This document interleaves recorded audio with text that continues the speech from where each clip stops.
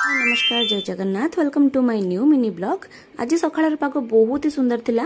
As काली ग्रहण थिला। आज सकाळ उठी गाधुआ पाधुआ सारी पूजा करी खाइबा को मामा कहले सो काम सब काम सारी मु आज जाइतली स्प्राउट सैलेड बनैबा को कारण आज मंडे थिला और आमे बिना प्याज रसुण रो खाइबू सो मुढ़ी भी आज खाइ होबनी सो माताश्री और मो पई मु सैलेड बनै नैथिली। आ लास्ट ब्लॉग रे जने फ्रेंड मते कोन डीएम करिसंती देखंतु। लास्ट ब्लॉग रे मोर जने फ्रेंड मते डीएम करिसंती कि दीदी आपण कोन राती रे भी मुढ़ी खाउछंती डिनर रे भी मुढ़ी सो कथा एमती है जे ग्रहण दिन रोसे करू करू अधारू गैस सरी जाइतला सो जेतिकी रोटी हेइतला आउ तापरे हमें मुढ़ी खाइ नथिलु आ तापरे कहइचंती कि बालेश्वर लोक केमती एते खाइ पारंती मुढ़ी। हां आमे खाइ पारू आम पाखरे पूरा 1000% कैपेसिटी अछि कि आमे मुढ़ी खाइबू दिन सारा मुढ़ी खाइको देले भी आमे खाइ दबू। एज एबे पर्यंत गैस सिलेंडर पहुंची नहीं सो मु लंच पई प्रसाद नबाकू आस जाइथिली रामेश्वर मंदिर। काहां को एटिका प्रसाद भल लागे कमेंट रे निहाती जणाइबे।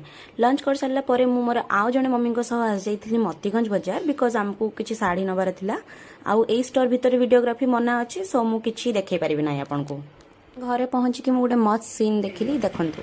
आज दीदी फरमाइश करतिले कोन गाजर हलवा तो भाई बनै के आनिछि। थैंक यू खाइ के देखो केमती लागुछि बढिया आइतो न खाई की कहि दो बढिया आइतो वाला भाई बा मोर एठी आज बहुत सारा गपसप करबा परे मु घरे पहुंचला बेलକୁ बहुत लेट हो जाइतला आउ गैस भी आ जाइतला सो डिनर रे मामा रोटी आ भजा बनैतले तापरे खिया पिया सरला परे वीडियो कॉल रे टिके मो झियारी सह कथावार्ता करू करू तापरे हमें सोया जाइतलु। So this is all about today's blog. देखा नेक्स्ट मिनी ब्लॉग रे टिल देन